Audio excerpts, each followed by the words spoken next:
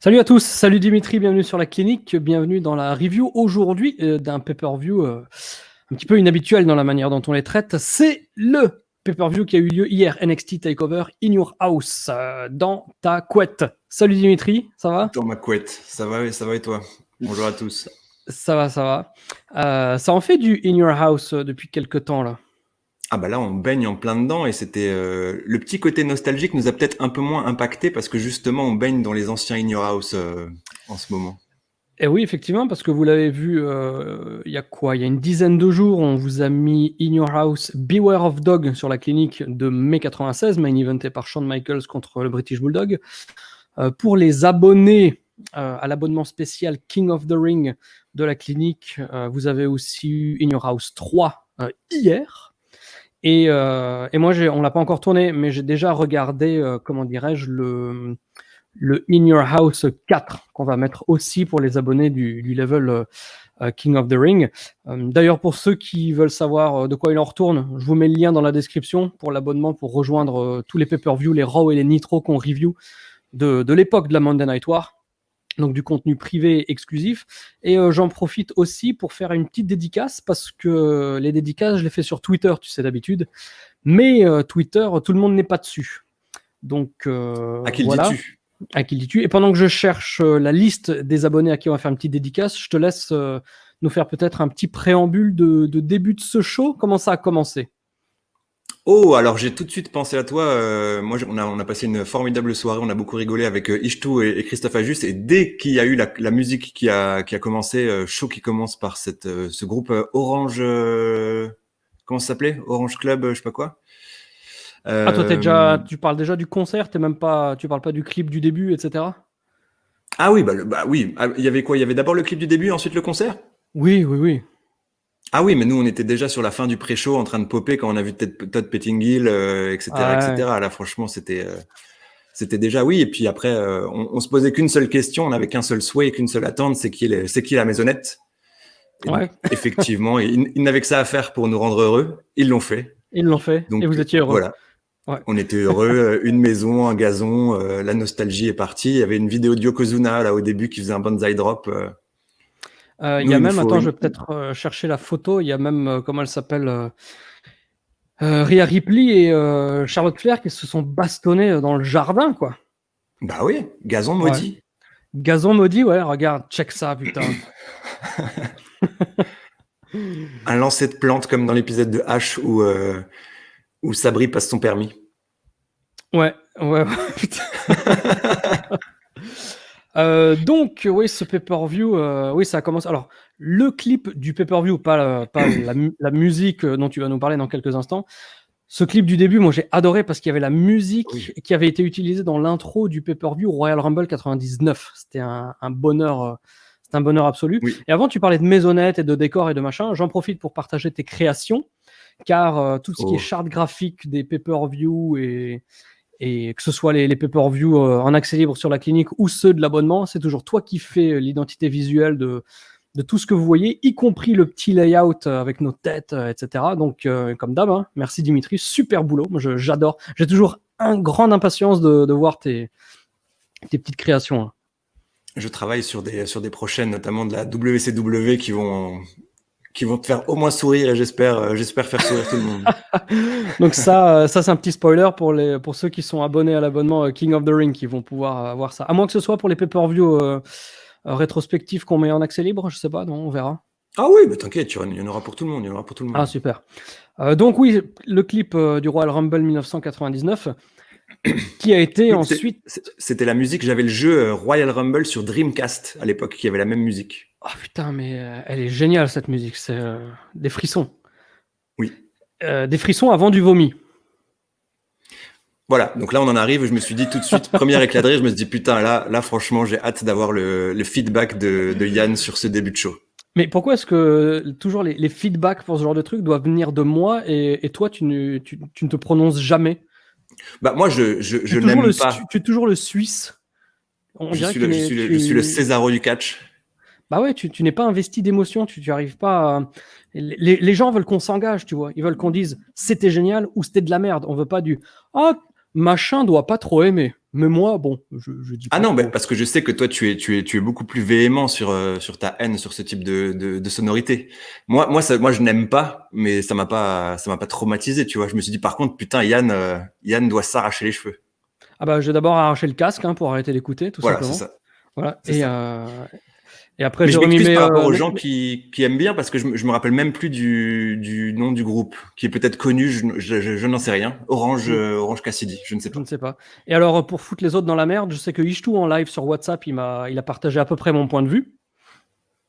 Oui, bon, on s'est tous dit ça, hein, clairement. Ok. Ah d'accord, ok. Donc c'était Oui. vous trois, y compris notre commentateur préféré. Il a adoré.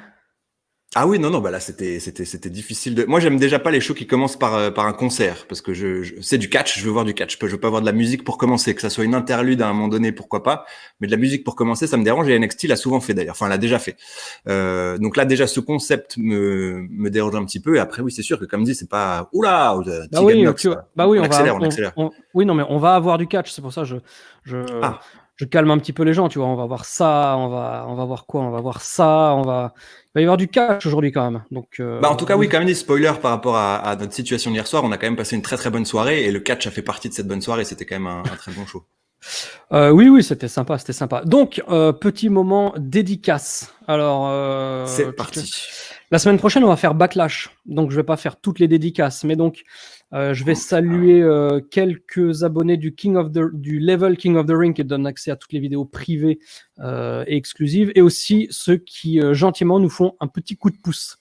Donc on a dédicace à deux Nicolas, à Guillaume, à Romain, à Thomas, à Dylan, à Tartichoc, à Steady, au Butcher et à Christian. Et pour ce qui est du coup de pouce, on a Frankie Fab, on a Pierrot, un fidèle de Twitter. On va en faire encore deux petits autres, Alex et David. Donc, grande dédicace à vous tous. Merci d'une part pour votre petit coup de pouce pour la clinique, ou alors merci de nous suivre dans notre grande aventure inédite sur le web catch francophone avec les reviews. Le premier match de la soirée, c'était Shotzi Blackheart, Tegan Knox et Mia Yim contre Raquel Gonzalez, Dakota Kai et Candice LeRae. Voilà, le match a duré 10 minutes. Oui. Moi, j'ai beaucoup aimé. J'ai beaucoup aimé cet opener. Je trouvais que c'était un bon choix pour commencer le show. Beaucoup de catcheuses, beaucoup de rythme, beaucoup d'action. Tout le monde a brillé, sauf, je trouve, Raquel Gonzalez quand même encore très, très rustre. Je comprends pas ce qu'elle a apporté à Dakota Kai déjà, pour commencer. Et ensuite, je comprends pas comment ils font pour pas remarquer qu'elle est absolument pas prête pour occuper cette position pour l'instant. Alors, est-ce qu'il y avait une directive interdisant aux catcheuses de NXT de garder leur couleur de cheveux naturelle? Alors, j'ai vu ton tweet, car je suis quand même un petit peu Connecté. sur les réseaux. Tu t'as fait connecter. Moi, justement, je pense que c'est absolument... Toi, ça te déplaît ou tu fais simplement le constat? Je constate. J'aime bien parce qu'il y a une sorte de... Il y a vraiment comment dire, une identité visuelle pour chaque meuf, quoi. Oui, parce que justement, moi, c'est ce que je disais hier, là, Shotzi Blackheart, évidemment que ça lui crée une identité, c'est la plus marquée. Même Candice LeRae, je pense qu'elle bénéficie pas mal de sa teinture. Hein. Ouais, je trouve que c'est cool. Moi, j'aime beaucoup les prouesses capillaires de NXT. Et est-ce que Shotzi, c'est ta petite chérie? Shotzi?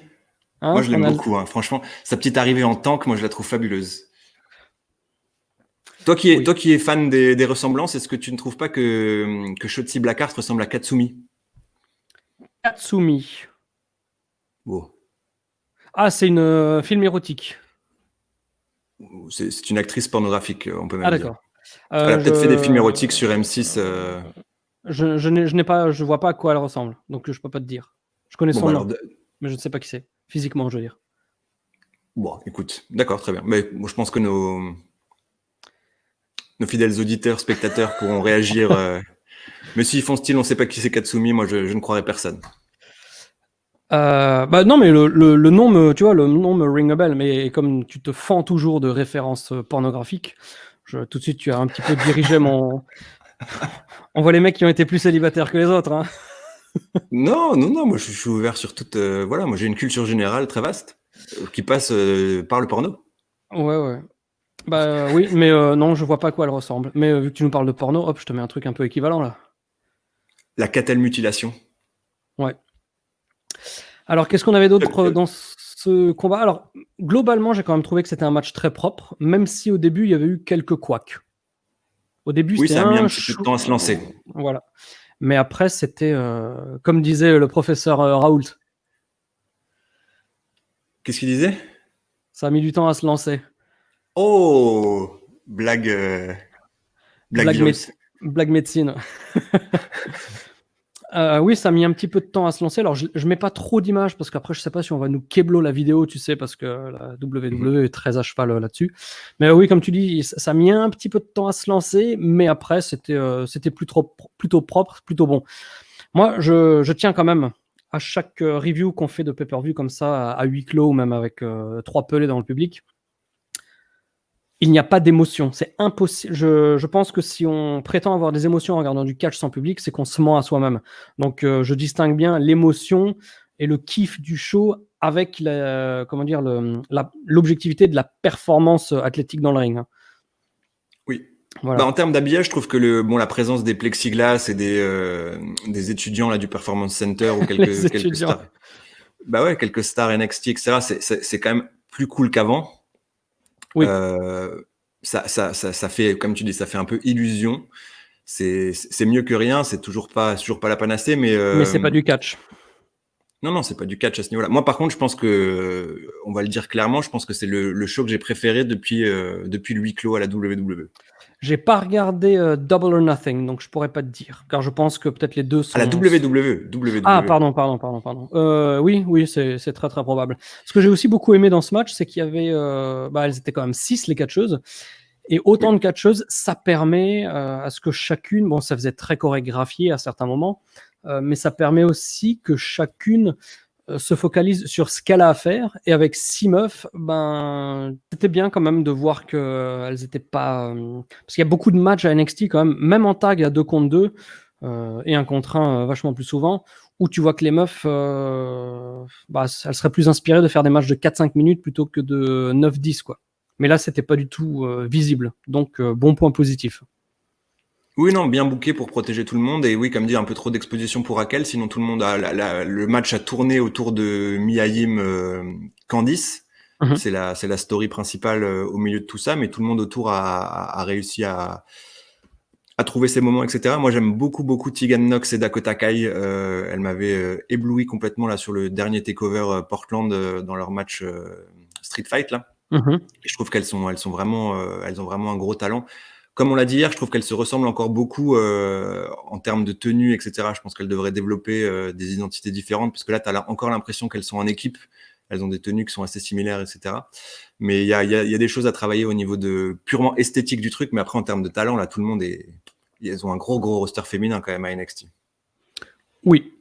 Ensuite, on a eu une pub avec la voix off qui imitait Lord Alfred Hayes de l'époque. Il me semble que c'était William Regal. Enfin, en tout cas, avec les Oui, casques, c'était William Regal, hein. C'était pas un ricain qui faisait genre. Et ils nous font une pub pour des cookies sandwich qui sont visiblement très populaires au sein de l'université NXT. Mais sur l'emballage, c'est John Cena et Becky Lynch. Donc, oui, ils mettent un truc dans les magasins et c'est l'inverse total en termes de notoriété pour la pub dans les pay-per-view, quoi. c'est ça. C'est comme les mecs du stage Didier Six, mais c'est Lionel Messi sur la boîte, tu vois, quoi. C'est une très belle analogie. Ensuite, on a eu Finn Balor contre Damien Priest, match de 13 minutes, avec Finn Balor qui Ouais. attaque Damien Priest avant la cloche. Moi, ce match, je trouvais que c'était évidemment très propre, d'une très haute compétence, etc. Mais j'ai trouvé qu'il y avait trop d'action. J'aimerais que ça se pose un petit peu et que là, en 13 minutes, que voilà, on se calme, qu'on n'est pas obligé de faire 1000 trucs pendant 13 minutes, tu vois. Je peux comprendre. Après là, moi je pense que peut-être que c'est délibéré parce que je pense que là pour les shows en huis clos, il faut que ça booste quoi. Vraiment, je pense que là on n'est pas dans les codes du catch traditionnel. Je pense que moi s'il y a du travail au sol et des choses comme ça, je pense que ils peuvent me perdre extrêmement rapidement. Et moi j'ai beaucoup aimé ce match parce que justement ça fait suite au premier qui est quand même très dynamique, etc.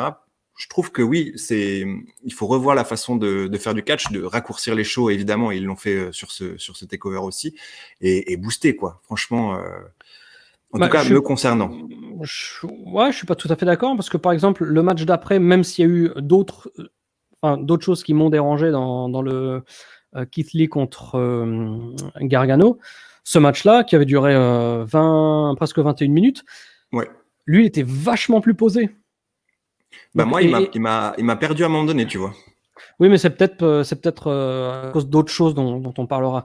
Mais celui-ci, moi j'ai trouvé que ce qui était dommage dans le match avec Priest et Balor, c'est que il y avait une histoire, c'est-à-dire que, enfin, une double histoire. Priest qui se focalise sur le dos de Balor et qui essaye de sortir plus ou moins à l'extérieur du ring dès qu'il est un peu en danger. Donc il y avait ces deux mamelles, on va dire. Mais justement, il y avait trop d'action et je trouve que ce too much d'action était au détriment de cette histoire. Parce que s'il y avait moins eu d'action, l'histoire de j'essaye de m'échapper ou j'essaye de lui défoncer le dos, ça aurait eu plus d'impact en faisant moins de choses autour de l'essence de l'histoire. Tu vois ce que je veux dire? Je vois exactement ce que tu veux dire. Après, oui, c'est vrai que là, je pense que c'est vraiment des questions d'attente personnelle, etc. Moi, je réalise parce que là, on commence à voir ce qui arrive à nous capter ou pas depuis maintenant, 3 mois de catch à huis clos. Moi, je réalise que vraiment, il faut que ça aille dans tous les sens. Ce que j'aime pas forcément, en temps normal. Mais là, j'ai l'impression que c'est le seul truc qui arrive là, de la psychologie, du travail, etc.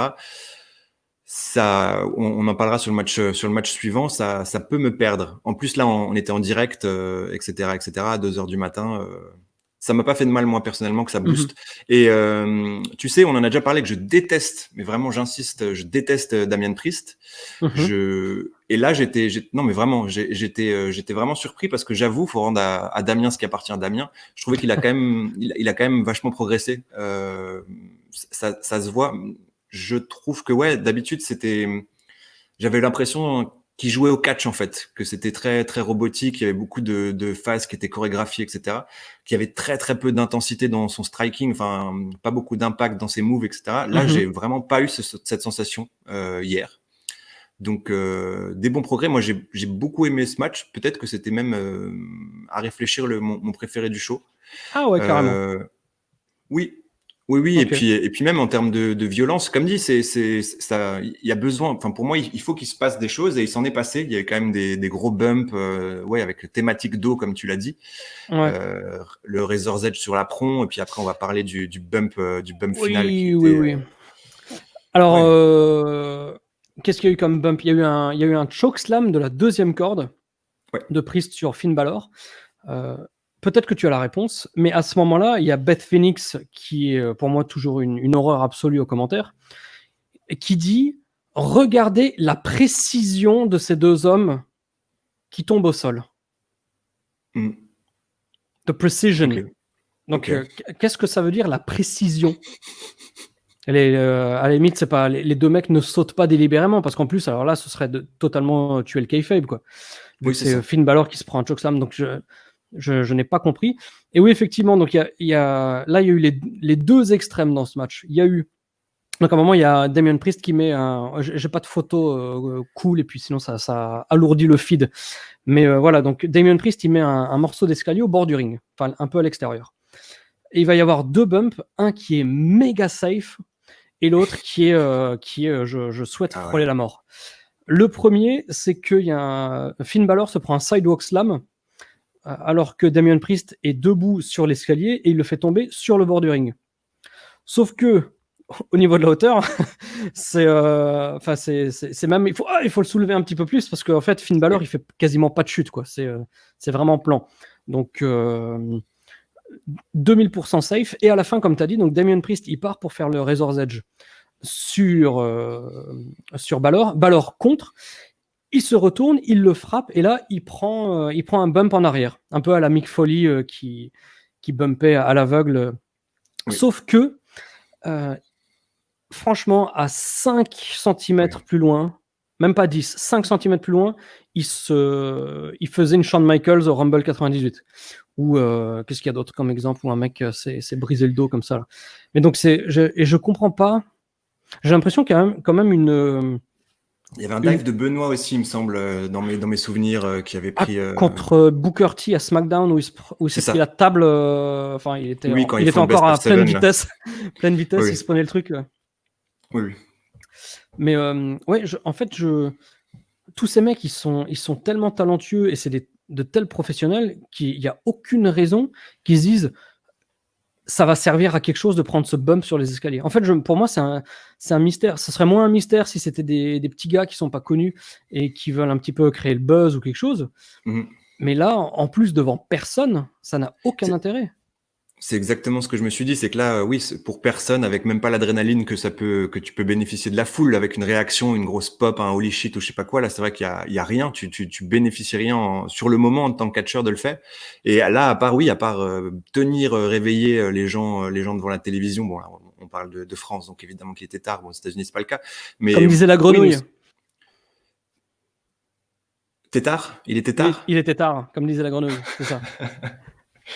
Ouais, non, bon, c'était incroyable. Nous, on a sauté du canapé, quoi. Vraiment, tous les trois, hurlement général, violence incroyable. Et franchement, je pensais vraiment que que c'était encore pire parce que quand j'ai vu le ralenti, je me dis bon, je pensais que le truc était vraiment encore plus violent à vitesse réelle, qu'il s'était vraiment pris le coin. Ah, moi, justement, en vitesse réelle, je m'étais dit, ah, ça va. Et c'est au ralenti qu'on voit que, franchement, à ça plus loin, il se Oui, prenait le bord de l'escalier en plein milieu de la colonne, quoi. mais moi, je pensais justement qu'il s'était pris le bord de l'escalier en plein milieu de la colonne à vitesse réelle. Et donc je me suis dit putain, oui, c'est vraiment pas passé loin. Mais c'était impressionnant. Après l'utilité, t'as questionné. Ouais. Euh, ouais, je sais pas. C'était en quelle année que la WWE avait essayé d'instiguer un style vachement plus posé pour tenter de rééduquer la foule à du catch moins dangereux, on va dire, après toute la Monday Night War et la Oui, période après les violence, Mick titre Foley, etc. hardcore, etc., quoi. Je sais plus, Ouais. 2003, 2005 peut-être, quelque chose comme ça. Oui, ça doit être cette période, oui. Il pourrait le faire, il pourrait le faire. Je veux dire, ils sont maîtres de ce qu'ils proposent. Donc voilà, mais pour des mecs du genre, bah, tu vois, en l'occurrence, Finn Balor, il prend son bump, mais je veux dire, plus safe tu meurs, quoi. Je veux dire, il a plus d'impact quand il vend une close line dans le ring. Mais là, Damien Priest, je vois pas. Et puis il Bah y a plus cette justement, mentalité de bizutage ou de tiens, il faut que je fasse des folies pour me légitimer au sein du roster. Enfin, je pense plus qu'on soit dans cette période, tu vois.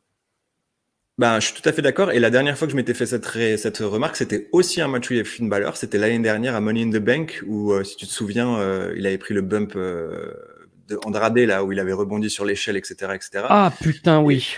Et il avait pris d'autres bumps. Alors, je me souviens que celui d'Andrade parce il est marquant, etc. Mais je me rappelle que dans le match, on se disait putain, mais qu'est-ce qu'il a Balor ce soir parce que il prend des bumps comme si c'était un mec indie qui voulait buzzer sur YouTube, tu vois. Ouais, ouais. Et là, c'est vrai que sur ce bump final de Damien Priest, tu te disais un petit peu la même chose. Vous êtes suffisamment établi, vous n'avez pas besoin de faire ça. Après, c'est aussi le danger des takeovers, c'est qu'il y a il y a tellement d'attentes, il y a tellement de qualité que tu es obligé, ben, peut-être en deuxième match, de te dire bon, bah, il va falloir qu'on fasse un truc un peu fou pour sortir du lot.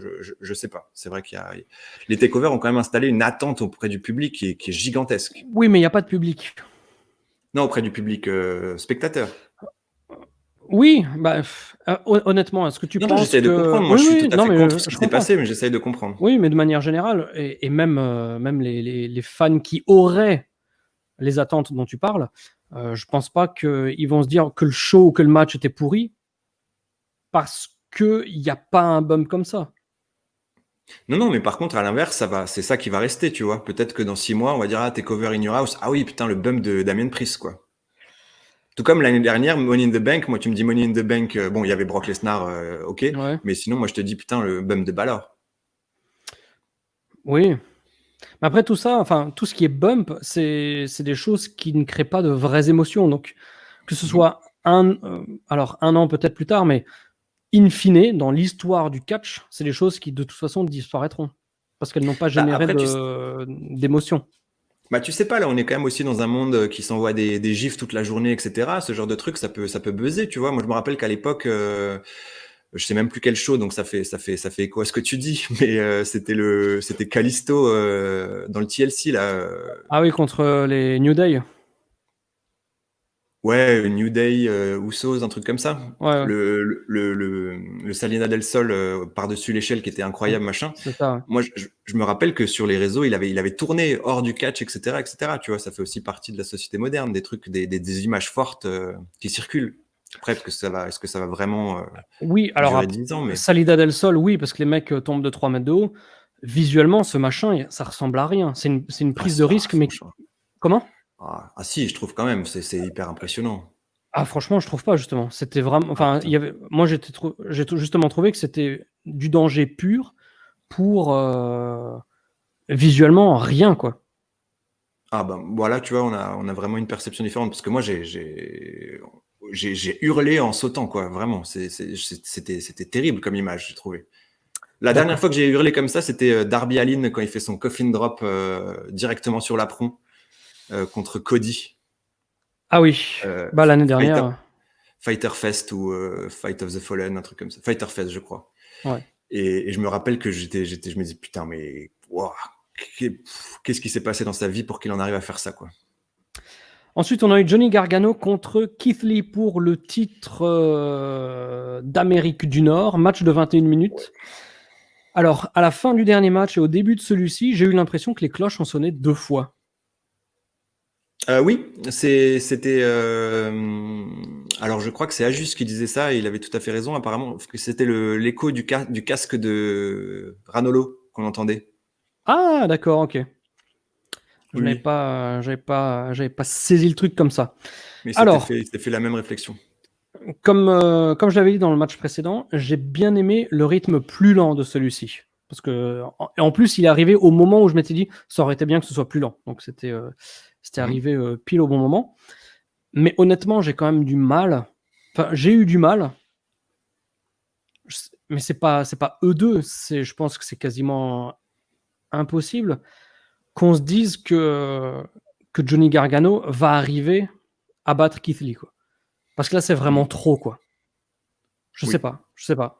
Après, peut-être n'est pas Rey Mysterio qui veut aussi, mais parce qu'il y a des Rey Mysterio Big Show, là d'ailleurs que j'ai reviewé pour les reviews qui vont arriver sur la clinique de la nuit des temps dans pas longtemps, en juin et en juillet. C'était crédible. Là, je me suis jamais dit que ça pouvait le faire, d'autant plus que la base des attaques, c'était un petit peu de l'œil et, comme l'avait dit ta copine Beth Phoenix, des phalanges délicates de Keith Lee, quoi. Oui. Donc un mec Oui, qui fait 60 kilos tout mouillé, qui s'attaque à quelques doigts d'un monstre qui fait 130 kilos, je sais pas. Moi, je Bah suis là, pas moi, en arrivé. termes Et puis quand tu d'investissement, le vois, là, l'autre qui le soulève comme ça, là, enfin, oui. ou alors c'est la manière dont c'était représenté. Ça marchait pas, je sais pas. Bah moi, voilà, c'est ce que j'ai pris c'est les seules notes que j'ai un petit peu dans mon cerveau concernant ce match-là, c'est que la dynamique était compliquée parce que là, c'était le heel qui avait le désavantage de taille, de poids, etc. Parce que tu parles des exemples Rey Mysterio, Big Show, c'est une dynamique qui est inversée où tu as le Ouais. babyface underdog et du coup, ça fonctionne. On le voit tout le temps à Nitro, on n'arrête pas de dire putain Sting, Lex Luger quand ils se battent contre le géant, c'est vraiment chouette parce que oui, c'est dans le bon sens en fait. L'adversité va dans le bon sens. Alors que là, j'ai l'impression que tu as cumulé toutes les barrières du côté du heal. Ouais. Et que moi, c'est ça qui a fait que j'ai pas réussi à rentrer dans ce combat. En plus, j'ai trouvé qu'il était long. Euh, et plus globalement, pour ouvrir un peu plus sur le perso de Johnny Gargano, moi, j'accroche pas à son heel turn. Autant je l'adorais quand il était un petit peu twinner dans sa feud avec Tommaso Ciampa. Là, maintenant qu'il est heel à fond les ballons, j'ai encore du mal. Je trouve que autant le heel turn a fait un bénéfice fou à Candice LeRae, je trouve que elle gère vraiment bien et elle en avait besoin. Autant Johnny Gargano, là, j'ai l'impression qu'il n'est pas utilisé à sa juste valeur sur ce turn. Bah, je pense qu'il fait partie des mecs un peu comme Velvet in Dream qui se nourrissent du public en fait et qui sans Ouais. public ne non plus et d'une certaine manière j'ai envie de dire que c'est peut-être le propre des vrais catcheurs. Alors là, franchement, je suis tout à fait d'accord avec ça. Je suis tout à fait d'accord avec ça parce que justement, on en parlera plus tard, mais je me disais que Velvet in Dream était pour moi celui qui souffrait le plus de l'absence de public, mais que du coup, c'était lié au fait que ça soit celui qui soit le plus connecté avec le public de par son talent, Ouais. etc. Tu vois. Oui, effectivement. Oui. Et puis, alors, qu'est-ce qu'il y a eu? Alors, aussi, ce qui m'a un petit peu pas dérangé, mais j'ai pas compris pourquoi ils l'ont fait de cette manière. C'est que Keith Lee, il se dégage quasiment jamais pendant qu'il se fait dominer. Alors que, je veux dire, le mec, quand tu vois la différence de gabarit, le gars, il suffit qu'il le pousse comme ça, l'autre, il va le dingue à 15 mètres, comme il l'a fait avec le Pounce. Ah oui, donc topé avec un Tornado DDT, compte à l'extérieur. Gargano va voir l'arbitre avant qu'il arrive au compte de 10, d'ailleurs, je sais pas pourquoi. Ah oui, parce qu'il peut pas gagner la ceinture, je suis con, sur des comptes extérieurs. Ah bah oui. Et après ça, il retourne à l'extérieur du ring et il se mange un pounce à travers le plexiglas. Mais donc voilà, je veux dire, Keith Lee, je veux dire, le blague de 2 mètres comme ça, le gars il éternue, Gargano il retourne dans les vestiaires immédiatement, tu vois. Donc j'ai pas compris pourquoi pendant 10 minutes, le gars il pouvait pas juste faire ça en tant que colosse pour dégager. C'était Ouais. vraiment comme s'il était surdominé de tout ce qui se passait, quoi. Bah là, moi, je me rappelle que je m'étais fait déjà cette réflexion sur un match qui avait été hypé en weekly contre Roderick Strong, où je m'étais dit, Ouais. putain, une fois sorti de sa bulle de confort qui était Dominik Dijakovic, Damien Priest, etc., ça va être Mhm. compliqué parce que les mecs NXT sont quand même très petits. Et déjà, le match contre Roderick Strong avait souffert de ça, sachant que c'était la même dynamique, que Strong était heel et que le heel en désavantage physique, c'est vraiment difficile à bouquer. Et après, je me dis, putain, maintenant qu'il a déjà affronté les monstres de NXT, il reste quoi? Il reste Jonah Rock, mais c'est pas du tout le même niveau d'élévation du perso et tout. Oui, mais Ça va disons être. qu'il y a sur les critères que tu mentionnes, il y a une minuscule poignée de mecs avec qui ça colle, et après, il y a 95% du reste du roster qui tombe dans les travers de ce match et de ceux de Strong, par exemple. Bah oui, mais est-ce que ça va être. Ouais, voilà. Donc, du coup, je me dis, sincèrement, ça peut devenir un problème parce que même avant, dans sa carrière indie, hein, les seuls gros matchs qui sont considérés, il y en a, hein, mais c'est toujours Dijakovic ou des monstres aussi, quoi. Donc, moi, j'attends de voir un vrai bon match contre un physique plus petit pour voir si Kisly est vraiment tout terrain dans son appréhension du truc, tu vois, Bah, il de la faudrait construction peut-être. d'un match. Ouais, ou alors il faut tout simplement qu'il soit pas face et qu'il joue Oui. sur les moves pour lesquels il est réputé et qu'il les fasse pas. Un peu à l'époque, comme Kevin Owens Ouais. qui courait dans les cordes et puis qui disait allez vous faire enculer. Je vais pas faire le topé, enfin ce genre de choses, et qu'il en claque de manière vachement plus, avec beaucoup plus de parcimonie, quoi. Bah là, Mais je pense que ce que en tu tout cas, dis, la oui, sauce, ça colle pas, quoi. La sauce prend c'est pas. ça. C'est ça, je pense ils vont le réaliser rapidement. Je pense que le heel turn de Kisly me paraît plutôt inévitable là. J'ai l'impression. C'est dommage hein, parce que c'est un face formidable. Hein. Et en plus, mais là, Oui. je pense que oui, il y a quelque chose qui colle pas. On s'est fait la réflexion hier que justement les plus gros babyface en termes de connexion avec la foule, etc., sont tous heel à la WWE en ce moment. Que ça soit Bayley, Sami Zayn, Johnny Gargano. Les vraies grosses connexions, ils sont tous heal en ce moment. Même Daniel Bryan, je sais même pas, là, je vais dire une connerie, ça fait pas expert du tout. Je regarde Daniel plus le Bryan, il est catch. face. D'accord, bon, alors ça Mais, va. mais ça, je dirais que c'est plus symptomatique du booking de la WWE qui est, je sais pas, depuis au moins 5 ans, sont incapables de booker correctement un babyface. C'est vrai. À part, on va voir dans quelques instants. Hmm. Donc, oui, alors moi j'ai eu peur quand même que Gargano gagne après le coup de la clé. Parce que, je veux dire, une fois de plus, je veux dire, Kisly, le gars fait 130 kilos, même s'il a l'œil qui saigne, l'autre il lui fait le tomber, il contracte les pecs et le mec il décolle, tu vois. Donc, Ouais. j'aurais vraiment détesté qu'il gagne le match avec cette histoire de clé. Et là, quand même, on voit la manière dont le catch est géré entre la WWE et la AEW en termes de. Comment dirais-je, de réalisme, quoi. Parce que Kisly à NXT, je sais pas si c'était cette semaine ou il y a 10 jours, mais c'était déjà pris un coup de clé à l'œil. Ouais. Et grosso modo, bon, ça a fait mal, mais voilà, c'était torché. Tout va bien. Oui. Alors que John Moxley à la EW qui s'est pris un coup de clé début janvier, je crois, ou fin décembre, Oui, il avait gardé son bandeau de pirate pendant quelques temps, etc. pendant 2 mois jusqu'au pay-per-view Révolution du 28 février, quoi. Donc Ouais. pendant 2 mois, et même je me souviens, j'avais lu sur Reddit des mecs qui disaient que sur toute la croisière là, du Jericho Cruise, Il l'avait aussi. il avait le patch tout le temps, quoi. Putain. Donc le mec, dès le qu'il sortait catch, de chez lui... Bah ouais, mais c'est le catch, putain. Comment... Et c'est ça le problème, c'est comment veux-tu que les gens... C'est pas, comment dire, c'est pas un truc qui est mal fait, c'est une accumulation de petits détails qui font que aujourd'hui, le public de NXT, c'est même pas un public de jeunes passionnés, de jeunes mâles comme nous. La moyenne d'âge, c'est la même moyenne d'âge, voire plus que celle de Raw ou SmackDown, quoi. Les mecs qui regardaient NXT, la moyenne d'âge, Et c'est c'est plus de plus 50, élevé. Hein. c'est plus de 50 ans. Donc, comment veux-tu séduire un nouveau public qui ne regarde pas le catch par habitude et par héritage? Il regarde. Si tu montres ça à un néophyte, il va te dire mais des clés dans l'œil, c'est hôpital et c'est ITT de 30 jours, quoi. C'est pas genre c'est bon, tu vois. Donc Shake it off. Shake it off, man. Donc oui, voilà. Mais non, mais Je pensais sinon, aussi moi... que je pensais aussi que Gargano allait gagner et Ishtu a fait une remarque qui était pertinente, je pense, c'est que vu le contexte social et Keith Lee qui arbore fièrement les Black Lives Matter, il m'a dit il perd pas le titre ce soir. Et quand il me l'a dit, je me suis dit oui, effectivement, ils vont certainement vouloir l'image de Keith Lee champion avec la tenue, etc. Le Black Lives Matter a vachement trendé sur le slip de Keith Lee. Et c'est vrai que je me suis dit, je pensais vraiment que Gargano allait gagner jusqu'à ce qu'il D'ailleurs, il décide, fallait que ce soit filmé dans le bon sens, parce que sinon, ce qu'il avait écrit sur les fesses, on ne sait pas dans quel sens qu'il se lit. Hein. C'est ça. Donc oui, à partir du moment où il m'a dit ça, je me dis putain, c'est vrai qu'il va certainement conserver. Bah, cette réflexion, moi, je me l'étais faite justement pour le match de Velveteen Dream contre Adam Cole, qui arrive maintenant après un mini segment avec juste Charlotte qui se prépare dans les vestiaires.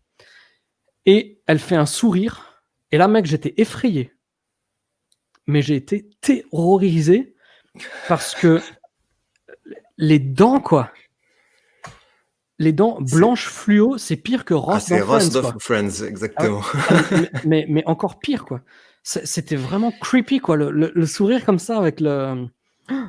Franchement, là, j'ai avec les dents, quoi. parce que Charlotte, là, quand même, rajoute une couche de chirurgie mensuelle, t'as l'impression, quand même. Bah oui, bon, là, c'est... Dans 2 ans, c'est Grishka Bogdanov. Hein. Ouais, non, c'est dommage, parce que je trouvais qu'elle était plutôt mignonne. Il fut un temps, et là, elle... Bah, comme quasiment toutes qui se sont fait défigurer avec la chirurgie, quand tu fais du avant-après, avant, elles étaient toutes mimi, et maintenant, elles sont juste... Voilà. T'as l'impression que c'est de la chirurgie réparatrice après s'être pris un bus dans la gueule, quoi. Plus que de la chirurgie esthétique pour améliorer, quoi. Bah, pour Charlotte, franchement, c'est très valable. Donc, le backlot brawl entre Velveteen Dream et Adam Cole, 1 quart d'heure. Effectivement, moi, vu le contexte actuel, je m'étais dit, allez, peut-être qu'ils vont donner le titre à Velveteen Dream. Mais effectivement, avec le Keith Lee qui est peut-être plus humain, oui, pour pour endosser la porte-parolité, c'est vrai qu'il pouvait ne pas le donner à Velveteen Dream. Alors au début, franchement, j'ai eu très peur parce que j'ai vu le cercle de bagnole. Ça m'a rappelé Fully Loaded 99 où il y avait Steve Blackman contre Ken Shamrock avec les voitures.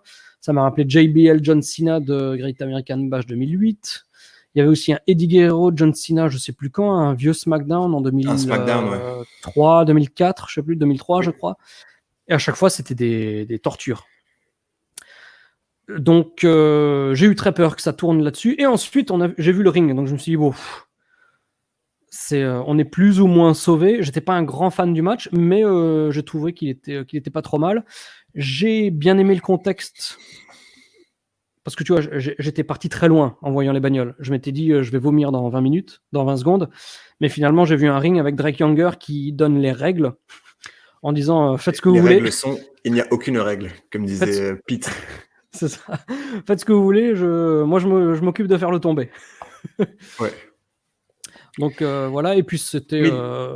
en tout cas, le cadre a fait que toutes les lacunes de Velveteen Dream dans un ring sans public se sont grandement dissipées. Oui, alors là, tu vois, on discute pour la première fois des shows à chaque fois en live. Hein, moi, dès que j'ai vu le ring, je me suis dit, ah merde. Pourquoi ? Parce que justement, c'était vendu comme une bagarre de parking. C'était pas vendu comme un match de catch sur le parking du Auchan.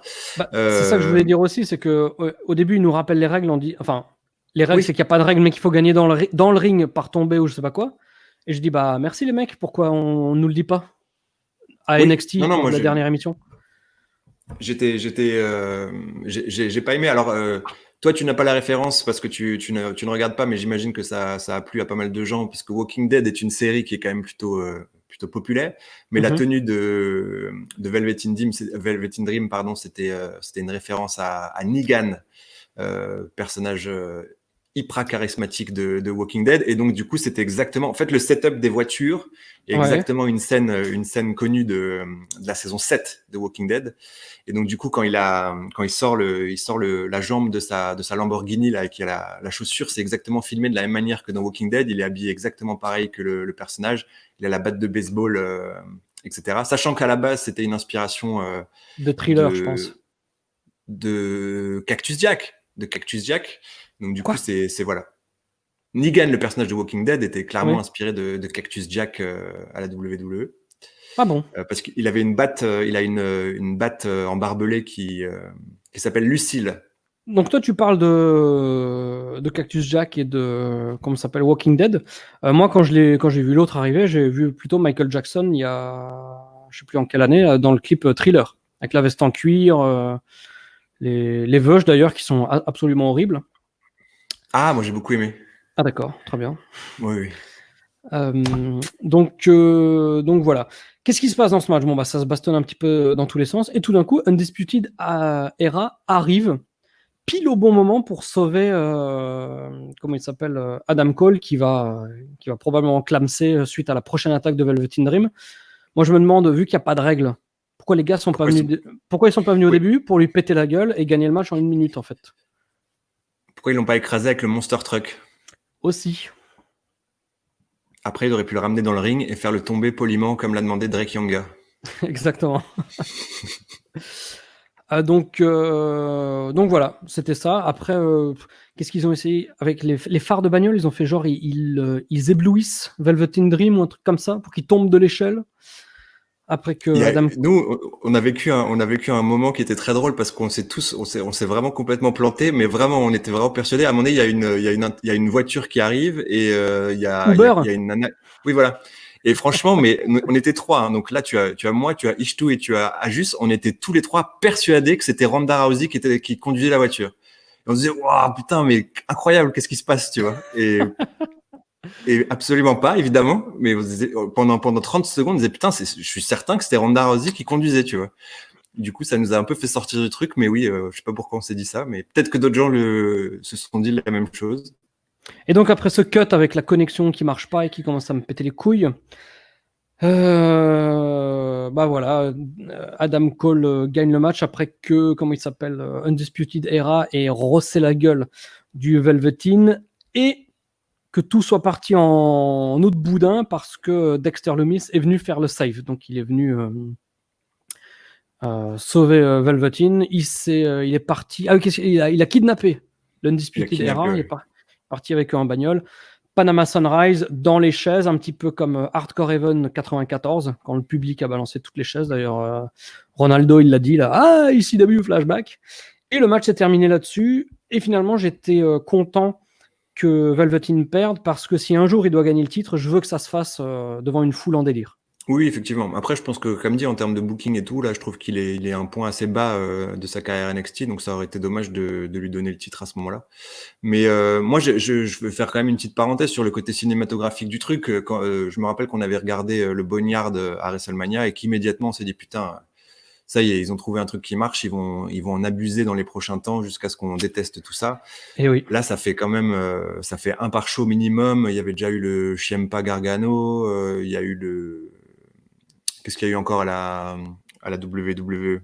Le Firefly était formidable. Firefly, ouais. Euh, ah oui, il y a eu le Edge Orton que moi personnellement j'ai pas aimé. Enfin, ils Bon, c'était pas ont, cinématographique. oui, bah oui, c'est vrai. Bon, en tout cas là, le côté cinématographique, je l'ai pas compris. J'ai trouvé qu'il n'a absolument rien apporté. Vu qu'il y avait un ring et que vu que l'action s'est déroulée autour du ring, il y avait moyen de faire un truc beaucoup plus fixe. Parce que là, exactement les mêmes défauts que sur d'autres matchs, les cuts constants, le montage qui est plus qu'évident à plein de moments, qui est bâclé, etc., etc. Je trouve que ça a absolument pas servi le truc. C'était vraiment pour faire du cinématographique, parce que là, en fait, c'était un match complètement normal, en fait, qui était simplement filmé de manière différente. Ouais, c'était une espèce de street fight, quoi. Voilà, mais Filmé chaque avec street fight, plus de caméras et bah pour moi là, c'était clairement moins bien filmé que si ça avait été filmé de manière traditionnelle, parce que là, oui, les montages, c'est des catastrophes. Il y avait des moments où c'était des catastrophes. Alors après, c'est pas la même chose parce que par exemple, le Boneyard, là, c'est clairement c'est une scène de film qui dure Oui, une demi-heure, qui avait été écrite avec chaque angle, chaque mimique du visage, chaque truc. Là, c'est faites votre match, nous on fout des caméras et puis après on bidouillera un truc parce que ce match n'était pas live, on le précise quand même pour ceux qui regardent. oui. Il avait été enregistré, je sais pas quand, il y a quelques jours, voire quelques semaines, ça on sait pas. Mais D'ailleurs, le live sur le feed était retiré hein, pour ce match. attends, le feed pour le live, c'est-à-dire? Bah, le logo live n'était pas appliqué pendant ce match, pendant Ah, le show. comme sur Eurosport. Comme sur Eurosport. Ouais. S'il n'y a Développe. pas marqué live, bah tu sais que c'est pas live. Parce que des fois Ah oui. tu peux te demander, tiens, genre Ah, ça fonctionne comme ça.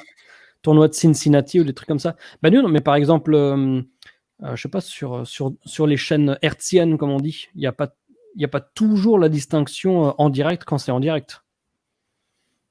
Alors là, franchement, je t'avoue que je ne regarde Quand pas tu suffisamment regardes la un match télévision de pure foot, pour.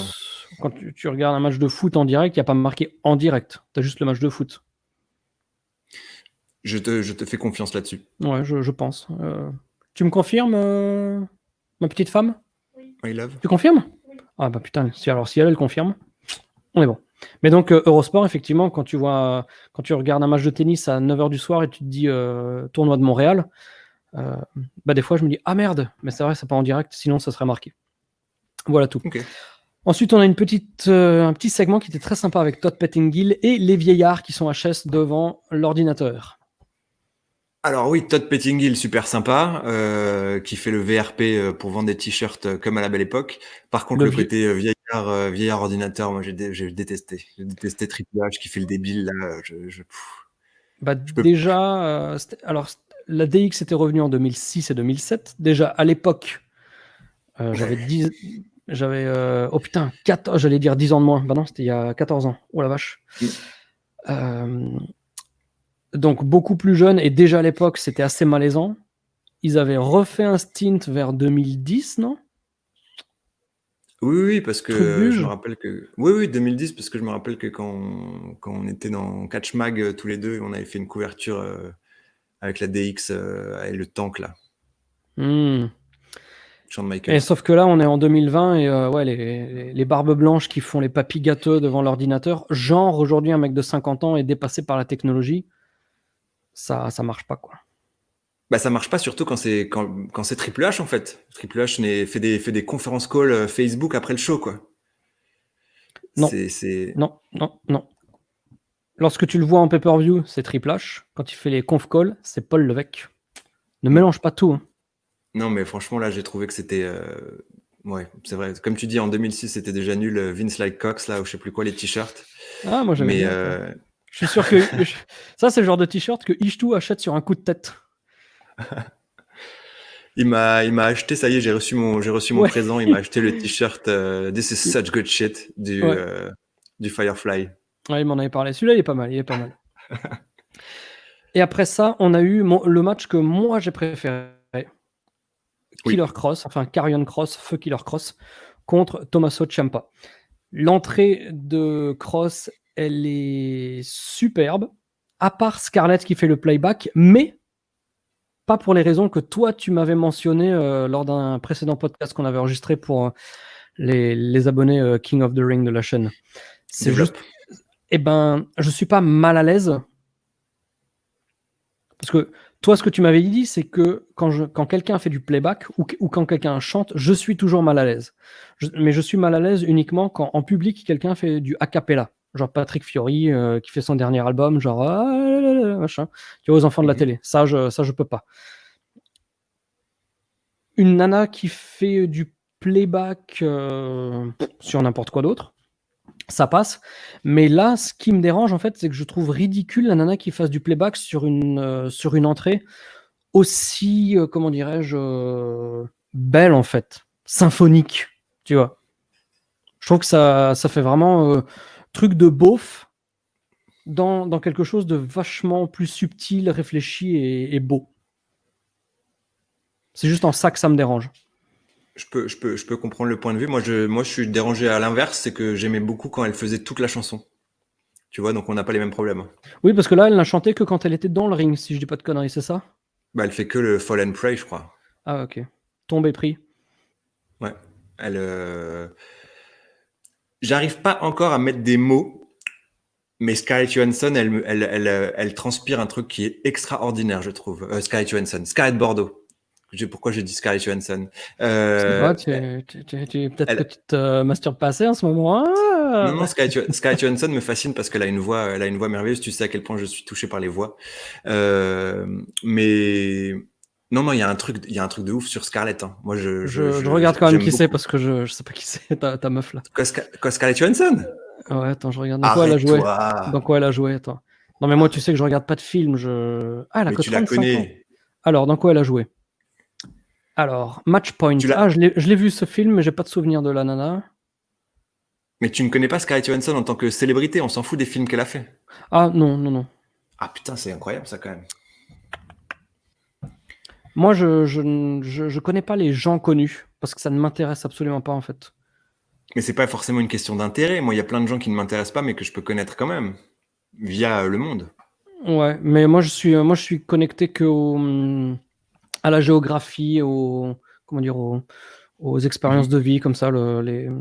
Les gens, je les connais que quand ils passent sur Twitter ou éventuellement l'équipe quand je regarde les résultats du Racing, tu vois. D'accord. Oui, elle est rarement au stade de la Méno, Scarlett Johansson. Ah. Alors, Mais comme par contre, série télévisée, tiens. Alors, dans quoi elle a joué?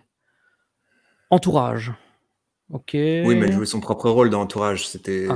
Entourage, c'est une série où il y a toutes les célébrités jouent leur propre rôle. Et alors, les films que j'aurais vus avec elle, je regarde.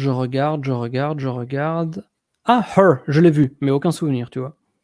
Qu'elle était Ah ouais, dedans. formidable. Ouais, Excellent film. tout à fait.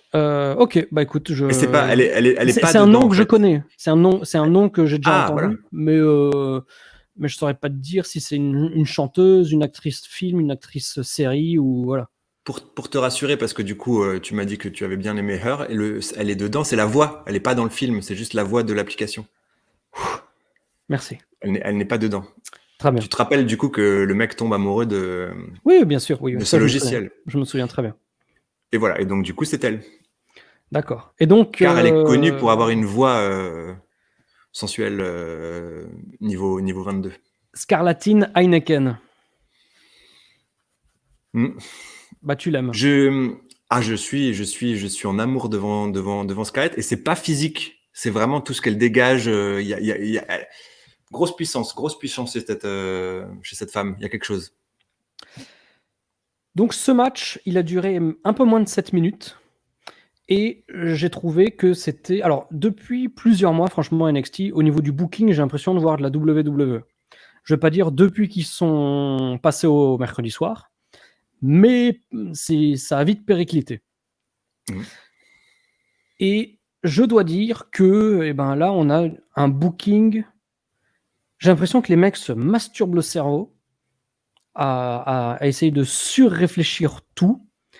Et systématiquement, ça donne des résultats qui sont illogiques, qui sont contre nature, qui sont mauvais à bien des égards. Et là, le Killer Cross, le mec il débarque, il est main eventer, il défonce tout.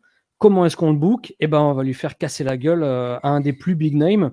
Pas en 3 minutes parce que ce serait trop, mais on va pas faire. Moi, je pensais que les gars allaient faire un match vachement disputé d'un quart d'heure et qui allait se terminer d'une manière ou d'une autre, et qui d'ailleurs, quel que soit le résultat, n'aurait pas eu d'incidence ni sur l'un ni sur l'autre. Donc, comme 90% des matchs aujourd'hui, une performance athlétique qui ne sert à rien. Et en fait, non. Le mec, il arrive, il casse la gueule de Tommaso Ciampa qui a pas beaucoup vu le jour dans le match, mais suffisamment pour montrer que il fallait lui casser la gueule. Et c'était absolument parfait. Et c'était de très loin mon match préféré de la soirée. Oui, bah, à ce niveau-là, je suis d'accord avec toi. C'était pas le meilleur match, mais par contre, c'était le plus efficace et c'est celui qui était le plus bénéfique pour les protagonistes parce que je trouve que Ciampa est suffisamment établi pour pas souffrir du tout d'une défaite comme ça. Et oui, c'est exactement comme ça. Nous, on réclamait un squash, hein, on réclamait 2 minutes. Hein. On voulait qu'il lui casse la gueule en 2 minutes. Et parce que là, il y a quelque chose avec Cross et c'est un futur champion. C'est peut-être même le prochain champion au NXT. Est-ce y a grandement moyen. qu'ils ont fait d'une pierre deux coups et que la défaite de Ciampa annonce un éventuel départ sur le main roster? Chose qu'il avait renié après le fiasco de l'année dernière. Il avait dit, je ne sais plus quels étaient les termes précis, mais il avait dit à moins d'avoir un flingue sur la tempe, je ne vais pas me faire chier sur le main roster, je suis très bien à NXT et d'ailleurs je veux rester à NXT parce que c'est là que je me sens bien.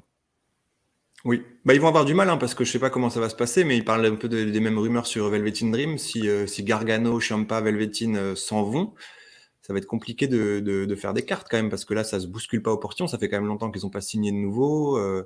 Parmi les élèves du Performance Center, je suis pas sûr qu'il y ait des méga stars en puissance dedans. Le problème principal de tout ça, c'est que je pense que là, ils n'ont rien fait pendant quelques mois parce qu'il y avait la pandémie. Donc, il n'y avait plus aucune menace. Mais là, je pense que de nouveau, ils sentent que le vent peut tourner et que d'ici la fin de l'année, il y aura peut-être de nouveau les premiers shows avec un peu de public. Donc la menace AEW pèse. Donc, il faut que les mecs passent de... Je sais pas à combien ils sont, mais je crois que le ticket d'entrée NXT, c'est $55,000 par an. Là, un mec comme Ciampa, peut-être qu'il a 100 ou 200, mais là, je spécule totalement. Je sais pas du tout quels sont l'état de ce qu'ils ont négocié, mais je pense que voilà, ils anticipent le vent qui va commencer à tourner sur le dernier trimestre de l'année pour signer des mecs à 500 ou 750 000 juste pour les garder. Donc ils vont aller sur le main roster, mais une fois de plus, c'est qu'une question d'argent, comment dire, avec une visée de rétention et pas d'utilisation des mecs, tu vois. Oui. Mais là, j'ai l'impression quand même que le schéma de NXT depuis maintenant, 5-6 ans, c'était vraiment. Moi, je comparais souvent ça à un show télé où c'était quasiment des saisons en fait. NXT où tu avais quasiment tous les ans des nouvelles arrivées qui rebousculaient un petit peu la hiérarchie. En fait, voilà, on Bah oui, c'était utilisait. ça. Ouais. Oui. Mais là, par contre, j'ai l'impression. Alors, on est beaucoup moins connecté au milieu indie. Enfin, je parle pour toi aussi. Moi, je regarde quasiment plus d'indie à part de temps en temps de la Pro Wrestling Guerrilla et vite fait de la Ring of Honor et tout. J'ai l'impression que le réservoir, il est quand même vachement moins grand qu'avant. Et que maintenant, il n'y a plus ce puits disponible pour prendre des gars pour faire une prochaine saison qui va être over autant que la précédente. Bah, J'ai l'impression qu'ils sont arrivés au bout de cette recette-là. Bah, ils sont arrivés au bout parce que ça met. Quand tu regardes combien de temps il a fallu pour builder tous les mecs NXT qu'ils ont signés depuis, allez, on va dire 3 ans, c'est des mecs qui tournaient depuis au moins 10 ans. Et j'ai l'impression qu'il n'y a pas eu de lissage d'arrivée de nouveaux mecs aussi en indie, tu vois. Pas forcément la recette WWE, mais comment dire, l'activité inhérente au monde du catch. Il y a eu un vivier incroyable. Ils ont fait de la surpêche, en fait. Ils ont fait de la surpêche. Exactement. Il y a eu la AEW qui est arrivée. Et maintenant, on n'a plus que des petits poissons, etc. Et donc, on est un petit peu le nez dans la farine comme ça, quoi. Oui. Donc, mais parmi ces petits poissons, justement, tu sens pas. Enfin, moi, je me rappelle que quand j'avais vu Kisly pour la première fois, par contre, alors c'était Ring of Honor à l'époque, je sais plus le nom de son équipe là, ouais. Pretty Boys Killers, un truc comme ça, je sais plus exactement si c'était ça. Tu te disais putain, lui c'est une star, évidemment. Lui, dans 5 ans, il finit à la WWE, c'était certain. Et moi, je me disais la même chose pour. Donc, il n'était déjà plus petit poisson, quoi. Bah si, à cette époque-là, pour moi, il était un peu petit poisson en termes de. Oui, mais tu vois que le gars, il crève l'écran. Oui, c'est ça. Mais non, mais ce que je veux dire, c'est par rapport au laps de temps que ça prend jusqu'à l'arrivée à la WWE. Tu vois, là, quand je vois la scène indie, là, tu prends un show Pro Wrestling Guerrilla qui habituellement, tu retrouves 5 ans après tous les mecs à la WWE, à peu près, schématiquement. Là, c'est pas le cas. Il y a personne où je me dis bon, lui, il y a moyen qu'il finisse à la WWE, à NXT ou je sais pas quoi. Là, peut-être si Bandido, des choses comme ça, où tu peux te dire éventuellement il y a quelque chose à faire. Mais sinon, quasiment aucun, tu vois. Ouais. Quand tu Bah vois, oui, c'est vrai, j'ai revu il y a pas longtemps le show auquel on avait assisté à la Pro Wrestling Guerrilla, qui était donc il y a 5 ans. Tous les matchs, oui. alors, enfin, 80% des gens de ce show sont à la WWE maintenant, quoi. Mhm. Et dans tous les matchs, il y en a au moins un. Ou alors ils sont passés ou ils Bah sont partis, mais ouais, c'est ça le truc, c'est qu'ils ont signé tout ce qui bougeait hmm, et les quelques pelés que ça n'avait jamais intéressé ou qui catchaient ailleurs de manière contractuelle, Japon, Ring of Honor ou n'importe, maintenant ils sont à la EW. Donc oui, c'est pas le problème n'est pas que la surpêche WWE, c'est aussi l'existence de la la concurrence. AEW qui fait qu'il y a plus rien à se mettre sous la dent. Et encore, les quelques miettes qui restent, bah, ça va être Ring of Honor, MLW, qui eux aussi ont des télés, donc des contrats d'exclusivité. Et donc, ceux qui sont complètement libres, comme la Pro Wrestling Guerrilla, c'est complètement fini, quoi. Ouais, Malheureusement. ouais. Ouais. Bah là, pour Donc, le seul coup, et je pense qu'il ira pas, hein, mais le seul coup qui pourrait être vraiment un événement avec quelque chose de massif autour, c'est Marty Scurll, tu vois. Je pense que c'est la seule grosse star qui reste en indie, complètement agent libre. Le seul mec qui pourrait vraiment créer un truc fou dans un takeover, tu vois. ouais. Et le main event, Oui. Rhea Ripley contre Charlotte contre Io Shirai pour le titre NXT. Spoiler, nouvelle championne. Alors quand le match Velveteen Dream, Adam Cole est venu se glisser en milieu de show. Oui. Donc on avait 3 matchs de championnat. On avait le Gargano Kisly, on avait le match Adam Cole Velveteen et ce main event. Quand on avait eu les 2 matchs au milieu du show, je m'étais dit tiens, eux ils vont les titres vont pas changer de main. Par contre, ils le mettent à cet endroit du show parce que le main event, ça va changer de main. Mais Mhm. je ne pensais pas que ça allait changer de main pour Io Shirai. Moi, enfin, dans tous les cas, je trouve qu'ils ont complètement loupé le coche. Moi, je pensais qu'ils allaient redonner la ceinture à Rhea Ripley, même si de toute façon, ils ont complètement raté son truc. Enfin, en général, victoire-défaite, ça n'a pas trop d'importance parce que tout vient s'articuler dans un passé, ça va découler, enfin le futur va découler de cette décision. Donc toutes les mauvaises décisions sont toujours plus ou moins rattrapables à 99% des cas, sauf des tout petits cas qui sont irrattrapables, comme la défaite de Rhea Ripley à WrestleMania. Voilà. Et là, ils se sont Oui, complètement oui. tiré une balle dans le pied. Donc maintenant, la nana, on se contrefout d'elle. Charlotte, maintenant, n'est même plus championne. Je pense qu'ils lui ont enlevé la ceinture aussi pour peut-être arrêter de lui surcharger le planning parce qu'ils ont vu que, contrairement à ce qu'ils pensaient initialement, elle n'a aucune incidence pardon, sur Sur les les audiences de audiences. NXT. Ils Mhm. pensaient qu'en lui donnant la ceinture, bah, ça allait bien booster à WrestleMania, mais non. Zéro différence. Donc peut-être qu'elle a dit bon bah force est de constater que je sers à rien. Donc Bah, autant catcher une fois de moins par semaine, tu vois. à sa décharge, là, c'est vraiment un contexte particulier, et donc tu sais pas exactement. Là, je pense que c'est vraiment le catch à huis clos qui va pas faire des pics d'audience malgré la présence ou non de Charlotte. Oui, Je pense que à leur décharge, parce qu'on en avait déjà discuté, et on va pas le remettre au centre là maintenant, mais moi, j'étais pas du tout pour la venue de Charlotte à NXT et le fait de lui donner le titre. Mais je pense qu'à sa décharge, en temps normal, public, monde sans Covid, je pense qu'elle aurait quand même eu une petite incidence sur l'audimat.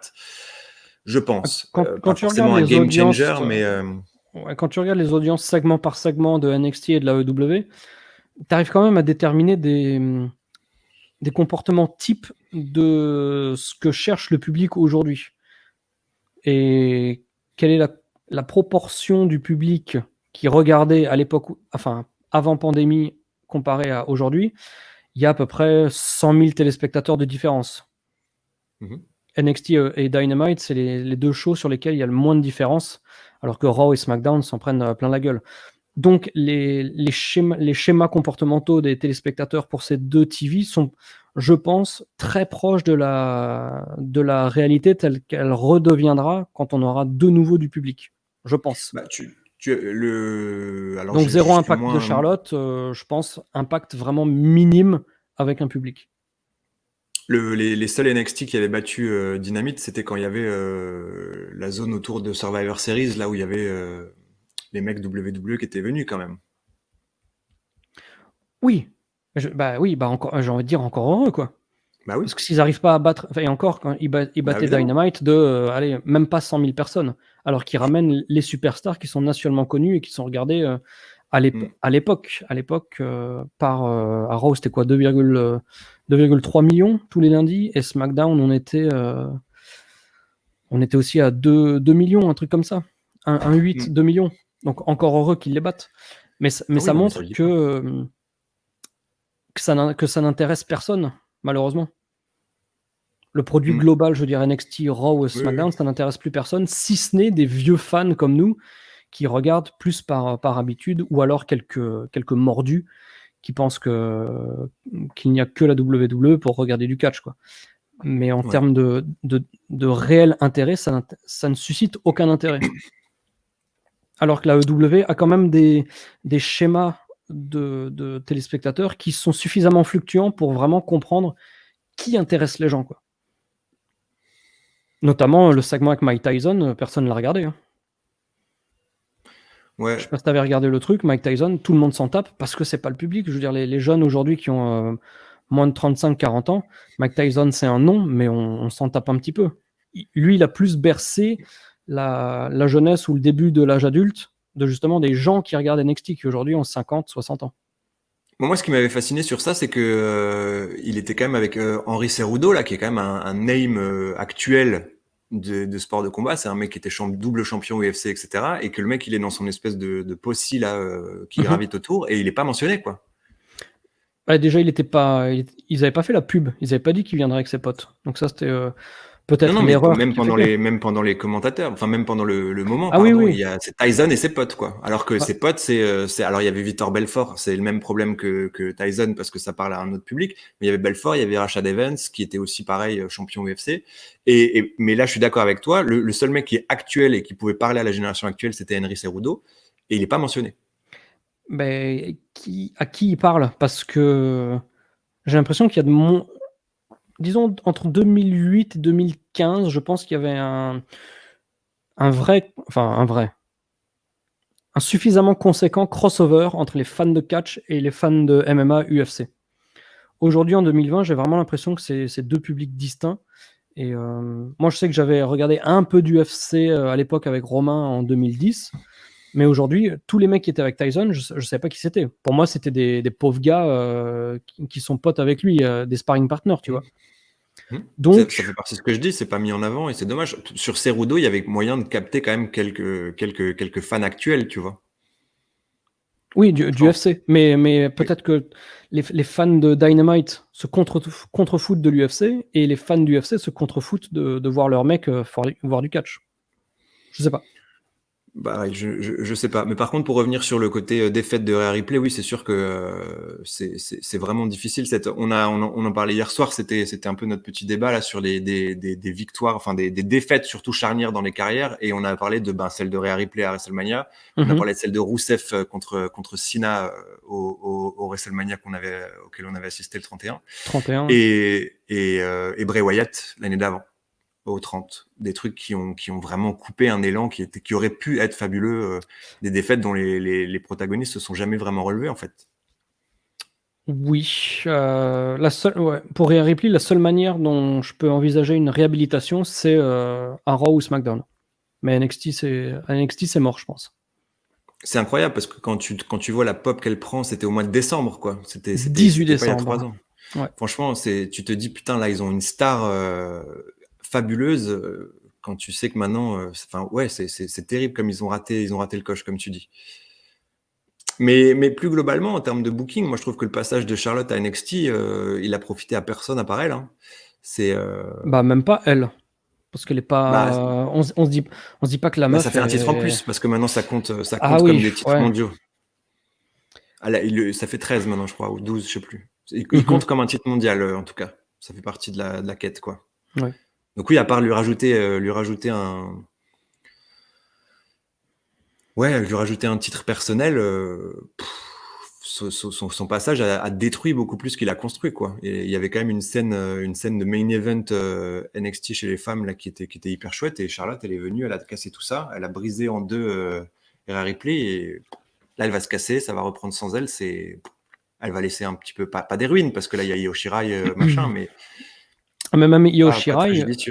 sa victoire, je la vois pas comme une victoire genre j'ai battu Rhea Ripley et Charlotte, quoi. Ouais. C'est Exactement. plutôt les deux autres qui ont perdu. C'est pas elle qui a Ouais. gagné. Je Donc suis d'accord avec ça. curieux de voir ce que ça va donner dans les semaines à venir. Mais là, ce truc, enfin, de WrestleMania jusqu'à aujourd'hui, j'ai l'impression qu'ils ont eu tout faux sur toute la ligne, quoi. Entièrement d'accord. Entièrement Voilà. d'accord. Et c'est dommage parce que pareil, je pense que la victoire de Shirai, elle aurait pu être un événement. Elle ne l'est pas là à mes yeux en tout cas. Et même en plus en termes de production et tout, il y a les streamers. Il y aurait pu avoir un joli moment, mais ils l'ont complètement raté. Quand les streamers arrivent, la caméra est pas du tout dessus. On voit les ralentis. Ça aurait pu être une image chouette d'une célébration, d'une consécration d'une des meilleures catcheuses des 10 dernières années quand même, il faut le dire, à l'échelle du monde. Et là, ils ont même en termes de réalisation, ils sont ratés aussi, tu vois. La célébration, elle dure pas longtemps à la fin. Il y avait un moment à créer. Et ils l'ont pas fait. Espérons qu'on pourra recréer des moments quand il y aura de nouveau du public. Parce que pour le moment, sans public, à la limite, on peut se dire que c'est un monde à part, c'est une parenthèse qui sera intégralement effacée une fois que le monde repartira. Et donc c'est là-dessus que le takeover se termine. Donc franchement, c'était du bon catch. Mais une fois de plus, il n'y avait pas d'émotion. Et puis, bon, on l'a détaillé très longuement. Il y avait des trucs qui n'allaient pas, mais je pense, une fois de plus, parce que les mecs se masturbent le cerveau et qu'ils essayent de trop réfléchir, au lieu de dire allez-y, faites un truc très basique et ça sortira vachement mieux qu'essayer de penser à 1000 trucs qu'initialement, nous, on n'a pas en tête, mais en voyant que ça déconne, et ben, c'est à ce moment-là qu'on commence à y réfléchir, tu vois. Donc voilà, c'est là-dessus qu'on peut terminer ce podcast, je pense. Merci à toi d'avoir regardé le show. On va se donner rendez-vous tous les deux lundi prochain, je pense, pour Backlash, comme on dit. Oh là là, putain, alors ça, franchement, alors là, je te dis que la nuit a été dure post-takeover, mais alors la nuit post-backlash, celle-ci, elle va être violente, hein, franchement. Oh mon Dieu. Il va falloir qu'on s'arme de patience, de nourriture et de pas mal de choses, hein, parce que putain, backlash, quoi. La carte, ouais, ça va être. On verra. Ça va être très très dur. Et le plus grand match de catch de l'histoire. Ouais, Qu'est-ce que tu penses de cette histoire-là? Qu'est-ce que tu penses? Ils vont faire du catch, tu penses? Je suis très curieux. Je pense qu'ils vont essayer de faire un truc très très bon, qui de toute façon n'aura jamais vocation à être, comme c'est marketé, le plus grand match de tous les temps. Mais je suis curieux de voir comment est-ce qu'ils vont approcher le truc, parce qu'ils peuvent pas faire un match juste dans le ring.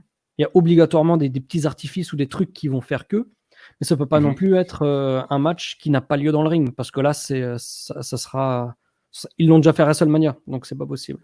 Je sais pas ce qu'ils vont faire, je suis plutôt curieux, mais on en discutera lundi prochain. Oui, nous, alors qu'est-ce que j'ai cette semaine? Non, lundi prochain, Backlash. Pour les abonnés King of the Ring, rendez-vous comme d'hab le mercredi midi pour la Monday Night War, épisode du 10 juin 1996, Raw et Nitro en intégralité, reviewé. Je crois qu'on a 1h45 de podcast. J'allais dire, on a été bavard sur celui-là. Ouais. Mais voilà, et puis on continue, on garde la passion, et puis on vous dit à très bientôt. Salut Dimitri. 24 heures sur 24. Voilà, oui, moi je vais aller faire une sieste. Très bien, très bien. Moi, je vais monter cette vidéo de merde parce que le live n'a pas marché, donc je suis obligé de l'extraire, de la remonter et de la re-extraire. Voilà, donc voilà. Allez, juste frangin.